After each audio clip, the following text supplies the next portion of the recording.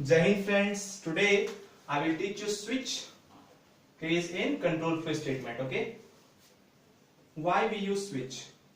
Okay, हम use क्यों करते हैं इसे? When we have multiple case to, when we have multiple case, okay, जब हमारे पास multiple cases होते हैं, in such condition we use switch. Okay, for example, आप कभी भी रेस्टोरेंट जाते हो, ठीक है, रेस्टोरेंट जाते हो, वहां पे क्या होता है, आपके पास एक पूरी की पूरी मेन्यू दी जाती है. ओके, अब आप उसमें आते हो कि भाई आपको जो से आइटम को चाहिए, आप उसमें कंडीशन पास करते हो और आपके पास वो डिजायर्ड आइटम, ठीक है, वो आपको डिलीवर कर दिया जाता है. ठीक है, यदि ऐसा हो कि आपको हर बार हर एक कॉर्नर पे आना पड़े, ठीक है, और अलग अलग आपको रिक्वेस्ट करना पड़े, ठीक है, ये तो आपके लिए बहुत ही ओवरहेड टास्क हो जाएगा. इन सच केस ऐसे कंडीशन आप बोल सकते हो स्विच है. ठीक है, आपने एक बार केस पास कर दिया, उस डिजायर्ड केस के रिलेटेड जो ब्लॉक्स हैं वो चल जाएंगे और आपके पास उसका आउटपुट आ जाएगा. तो हमारे पास जब मल्टीपल कंडीशंस होते हैं चेक करने के लिए, when we have multiple conditions to check in such purpose, for such purpose we use switch. अब इसका एक सिंटैक्स दिखाता हूं मैं आपको. सिंटैक्स में क्या होता है,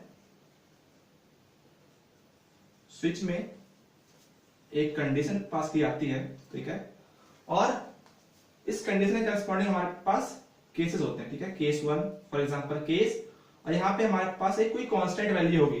बेसिकली हम इंटीजर यूज करते हैं यहाँ पे, जैसे फॉर एग्जांपल केस 1 हो गया यहाँ पे, ठीक है, केस 2 हो गया.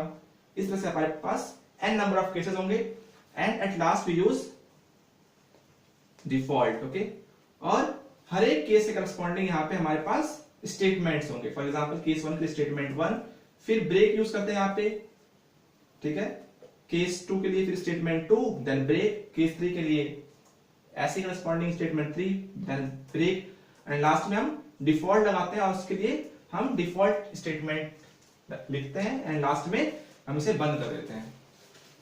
क्लियर? आपको मैं एक एग्जांपल से समझाता हूं कि कैसे यूज किया जाता है. फॉर एग्जांपल आपको पता ही है, हमें यहाँ पे 2 हेडर फाइल्स इंक्लूड करनी होती हैं. ठीक है, आप इंक्लूड कर लोगे स्टूडियो, यहाँ पे कॉनियो, ठीक है, .h void. ओके, यहाँ पे आप यूजर से एक डे इनपुट करवाओगे, इंट डे. एक डे टाइप का वेरिएबल है जो इंटीजर टाइप की वैल्यू लेता है यूजर से. printf enter the number of day. Number enter करेगा वो यहाँ पे scanf से %d कॉमा एम्परसेंट डे. ठीक है, नाउ स्विच के पास पहुंचेगा. स्विच में डे, ठीक है, नाउ डे के करस्पॉन्डिंग यहाँ पे केस 1,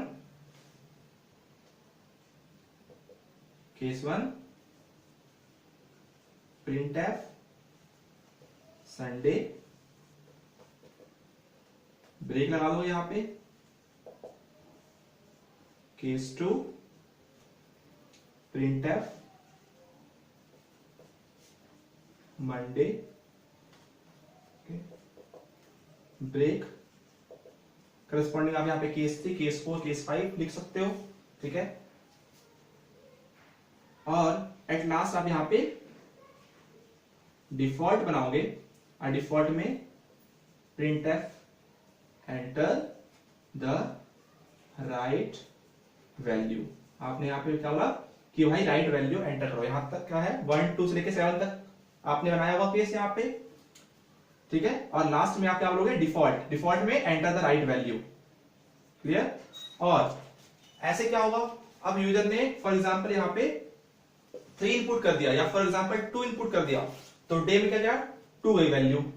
2 करस्पॉन्डिंग केस चलेगा, केस 2 मंडे प्रिंट होगा और यहाँ पे आपका स्टेटमेंट ब्रेक हो जाएगा. अच्छा, यहाँ पे आप कंफ्यूज मत होना कि ब्रेक है क्या.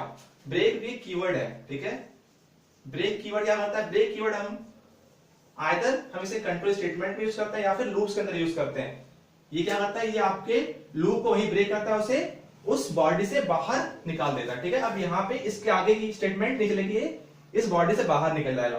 ओके, तो ये थी हमारी स्विच केस की कहानी। आप स्विच केस में क्या करते हो, आप कंडीशन पास करते हो। ठीक है, कंडीशन कोई भी एक कांस्टेंट वैल्यू होनी चाहिए। ठीक है, उसे करस्पॉन्डिंग आपका केस चलेगा और उसके करस्पॉन्डिंग उस केस के करस्पॉन्डिंग ब्लॉक चलेगा।